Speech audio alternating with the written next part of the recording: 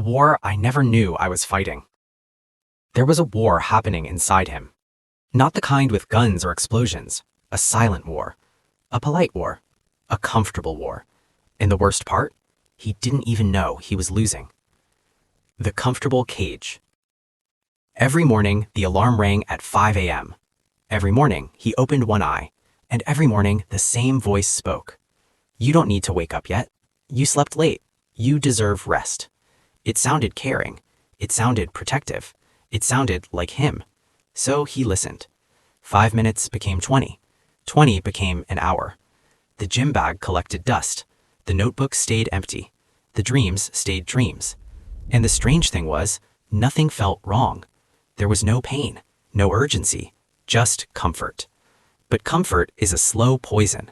It doesn't kill you loudly. It kills your potential quietly. The lie of safety. Your brain has one main job: survival. It doesn't care about greatness. It doesn't care about legacy. It doesn't care about who you could become. It cares about safety. And safety means avoid risk, avoid embarrassment, avoid discomfort, stay predictable. So when he thought about starting that project, his brain said, what if you fail?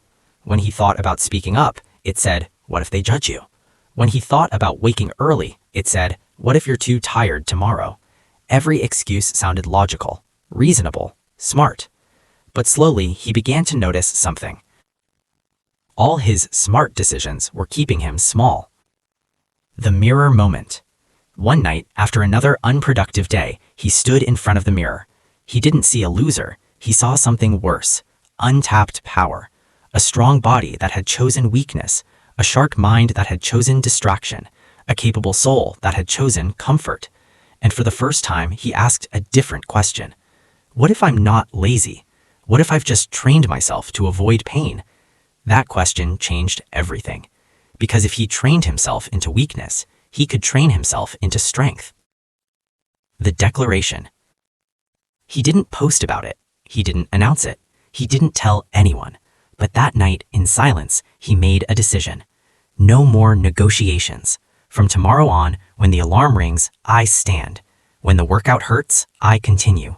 When fear appears, I move forward. No debate, no discussion, no emotional voting. Action.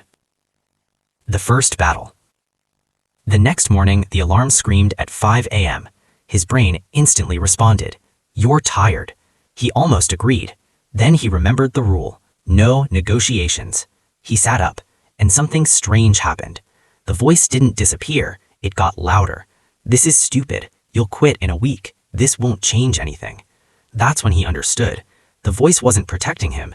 It was protecting the old version of him, and the old version was terrified of dying. Pain as proof. The first cold shower felt brutal. The first workout burned his muscles. The first focused hour without his phone felt endless.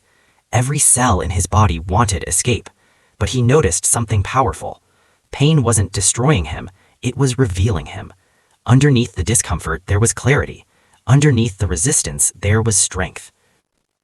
Pain wasn't the enemy. Pain was the entrance fee, and growth demanded payment. The 3-second rule. He discovered a pattern. The longer he thought, the weaker he became. Hesitation fed fear. So he created a weapon. 3 seconds. Whenever doubt appeared, 3, 2, 1. Move. No thinking, no emotion, just motion. And motion killed resistance.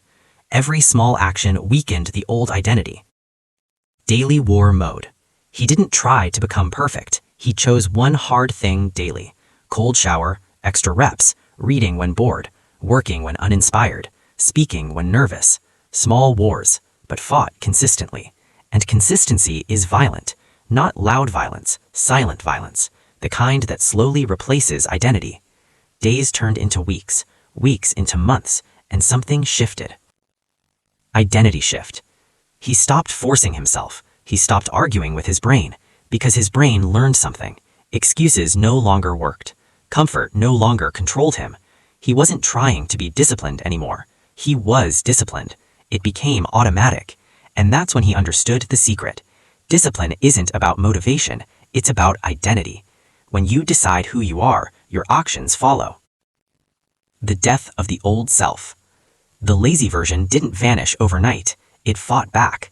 Some days were heavy, some mornings were brutal, but he kept moving. Not perfectly, but consistently. And one day, he realized something incredible. The voice was still there, but it was quieter, much quieter. It no longer commanded, it suggested, and he chose whether to listen. That's power. Not eliminating fear, controlling it, becoming dangerous. He wasn't superhuman, he wasn't gifted, he wasn't special. He just stopped obeying comfort, that's all. And that alone changed everything. His posture changed, his energy changed, his confidence changed. Not because life became easier, but because he became stronger. And strength is built in resistance. The truth. You are not weak, you are trained. Trained to avoid pain, trained to choose comfort, trained to fear failure. But training works both ways. You can retrain yourself. Every time you choose discomfort, you vote for a stronger identity. Every time you act despite fear, you weaken the old self.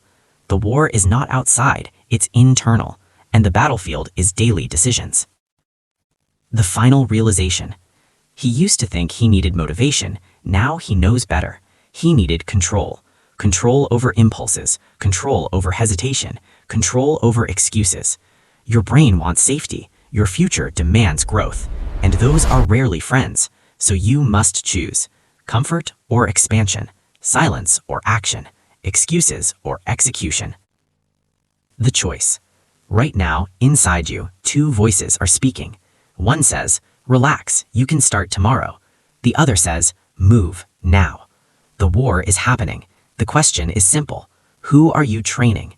The weak version or the warrior? Because whichever one you feed, wins.